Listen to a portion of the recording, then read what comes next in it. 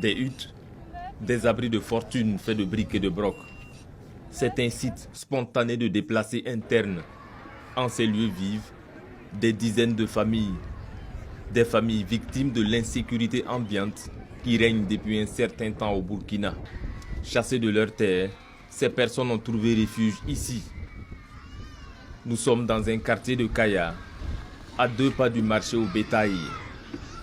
Personnes déplacées internes, c'est le vocable qui définit ces gens. En plus court, PDI, 3 lettres, symbole de ces visages. Visages de ceux ou celles qui ont survécu à l'enfer. Ces femmes et ces enfants ont fui leur village Foubé. Et à chaque fois, c'est la même histoire choquante qui est racontée. Un beau matin, nous nous sommes réveillés, on a vu les corps de nos hommes et nos biens avaient été détruits. On ne savait pas ce qui se passait. Mon mari est toujours vivant, mais tous ses frères ont été tués.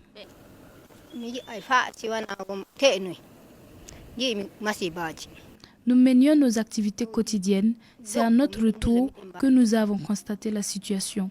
On ne sait pas ce qui s'est vraiment passé. Je n'ai rien vu. J'étais partie chercher du bois. À mon retour, j'ai constaté le massacre. On a crié et couru à la vue des corps de nos hommes. Depuis, ce sont leurs enfants, ceux plus âgés qui font la manche pour nourrir la famille. Mendier pour survivre, c'est leur quotidien.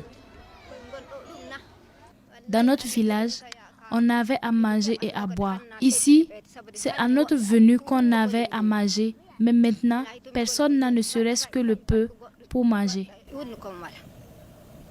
Au dit de ces déplacés, cela fait plus de 2 mois que ce site spontané s'est installé ici.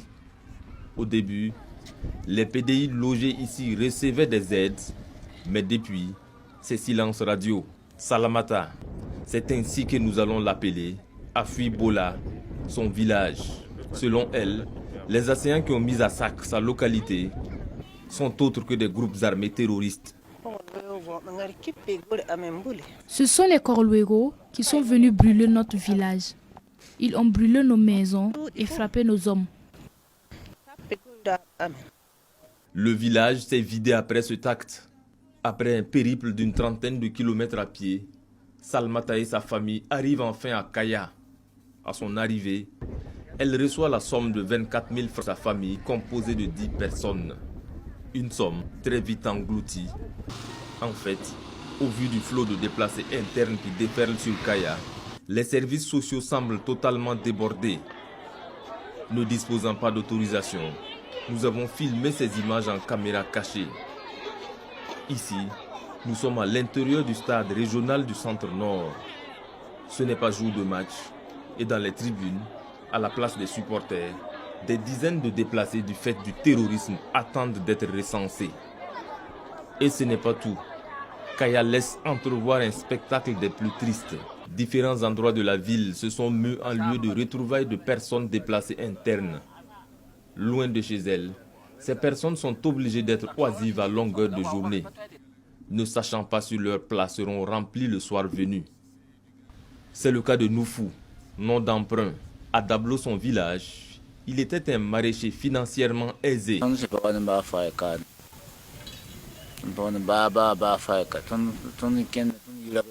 Nous n'avons rien emporté avec nous. En quittant Dablo, on a laissé nos motos, nos tricycles, nos récoltes de riz et autres produits issus du maraîchage. On a tout laissé derrière nous, même nos habits. Ceux qui ont ramassé leurs habits avec des charrettes ont été arrêtés et dépouillés de tout. Une fois à Kaya, Noufou et sa famille de 31 personnes se retrouvent dans les zones non loties. C'est ici que toute sa famille dort. 32 personnes dans ce logis. Logis gracieusement donné par une bonne volonté. Car Noufou, jadis nanti, ne dispose plus du moindre centime pour louer une maison ou subvenir aux besoins de sa famille nombreuse. Ce que je demande, c'est que Dieu aide le nouveau président dans sa gestion du pays. Ce que nous voulons, c'est qu'il œuvre à ce qu'on puisse retourner chez nous. Telle est la réalité quotidienne que vivent des milliers de personnes déplacées internes, loin des lumières de la capitale, mais aussi loin de chez elles.